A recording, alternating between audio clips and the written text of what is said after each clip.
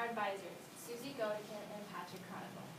Researchers, Emily, Michaela, Tomas, Elena, Caleb, Ryan, Caitlin, Makaria, Olivia, Annie, Isabel, Erin, Natalie, Braden, Megan, Caitlin, and Cole. Our sites 1, 2, and 3 are on Taylor or Union. Our sites 4 and 5 are on Taylor, and sites 6 and 7 are on Taylor and Union Wolf. Site 1 is on Union, 5 miles west and 5 miles south of town. Site 2 is on Union, 1 mile west and 4 miles south of town. Site 3 is on Union, a half a mile west and 2 miles south of town. Site 4 is on Taylor, 2 miles west and 1.5 mile north of town. Site 5 is on Taylor, it's on the golf course bridge. Site 6 is below Madison, 1.5 mile east of town. Site 7 is on Union, 3 miles east and half a mile south of town. So WQI is what we use to test the quality of our water, and it's used all around the world as a standard to compare everything. And there are 9 tests, which are dissolved oxygen, fecal coliform, pH, BOD, temperature, total phosphate, nitrates, turbidity, and total solids. And we also do a water discharge test, which is our flow. We use this form to get our Q values, which we put into a total to figure out our WQI. In May, the average amount of rainfall was about 2.53 inches, and we collected the rain 5 days before we tested. In June, the average amount was 0.17 inches of rain. In July, it was 11 hundredths inches of rain, and then in August, it was 2.57 hundredths inches of rain. DO is the amount of oxygen that we find in our creeks. It is the most important test of all because we need oxygen in order to survive. Throughout the month, the data we collected was from May through August.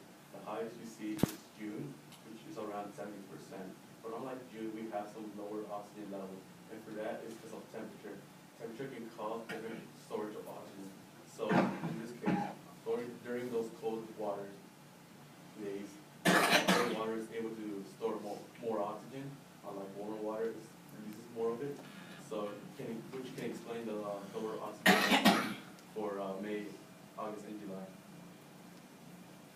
Fecal coliform is a harmful bacteria that's in the water, and it comes from the intestines of warm-blooded animals. And this is what the test actually looks like. And we come in 48 hours later and we count all the purple dots. And that's our colonies per 100 mils. And so for this test, we want the colonies under 235 colonies per 100 milliliters of water. And this year we only had about 6 underneath that line, which is not what we want.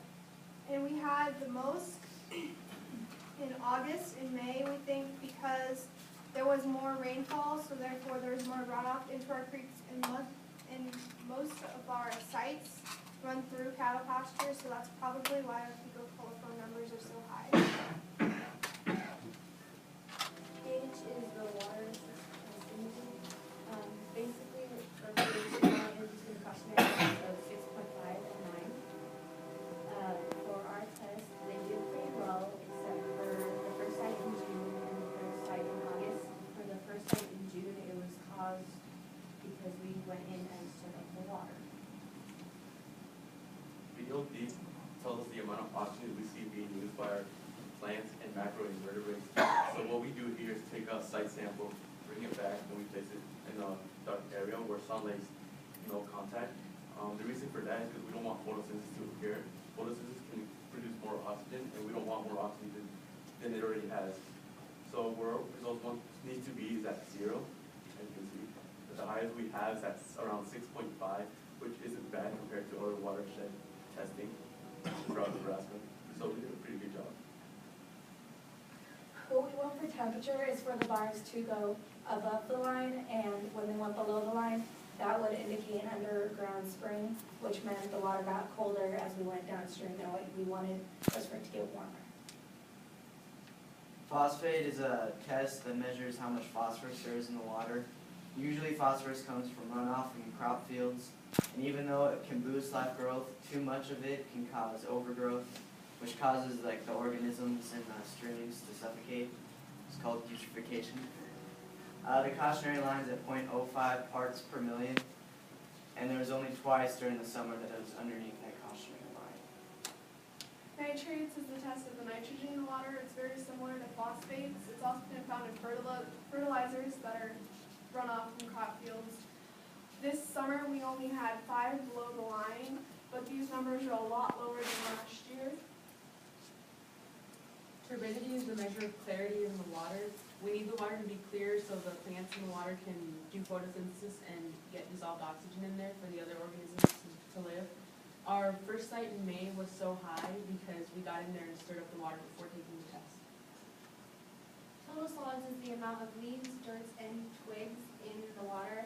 As you can see in the first sight in May, it spiked, but that was because we ended up stirring the water. Other than that, it stayed pretty consistent. And there is no line for where it should be. Flow is the measure of how much water is moving through the stream at a certain time.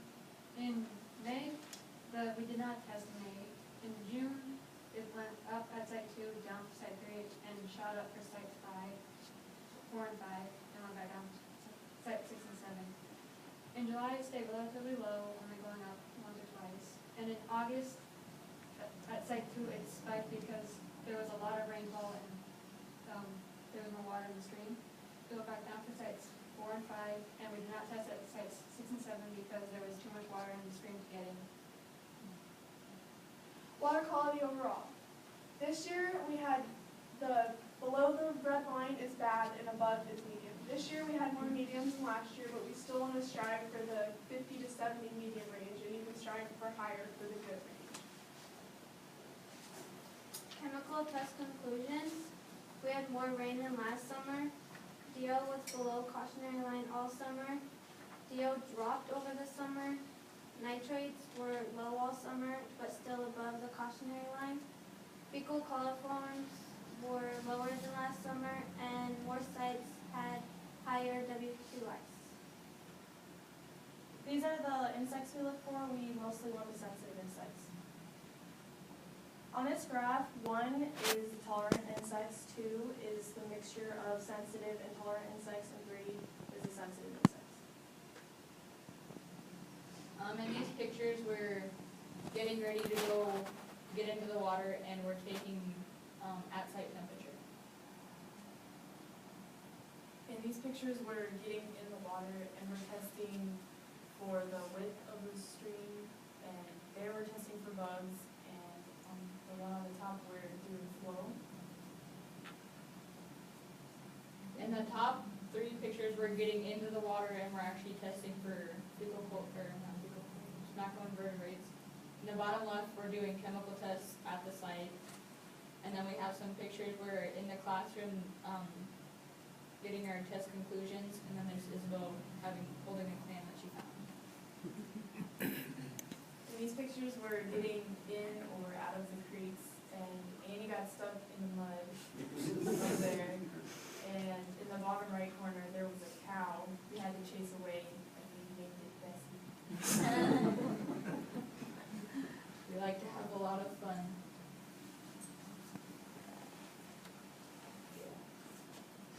Thank you for listening to our presentation, and a special thank you to Laura Elkhorn National Resource District, Madison Public Schools, Professor Hayford from Wayne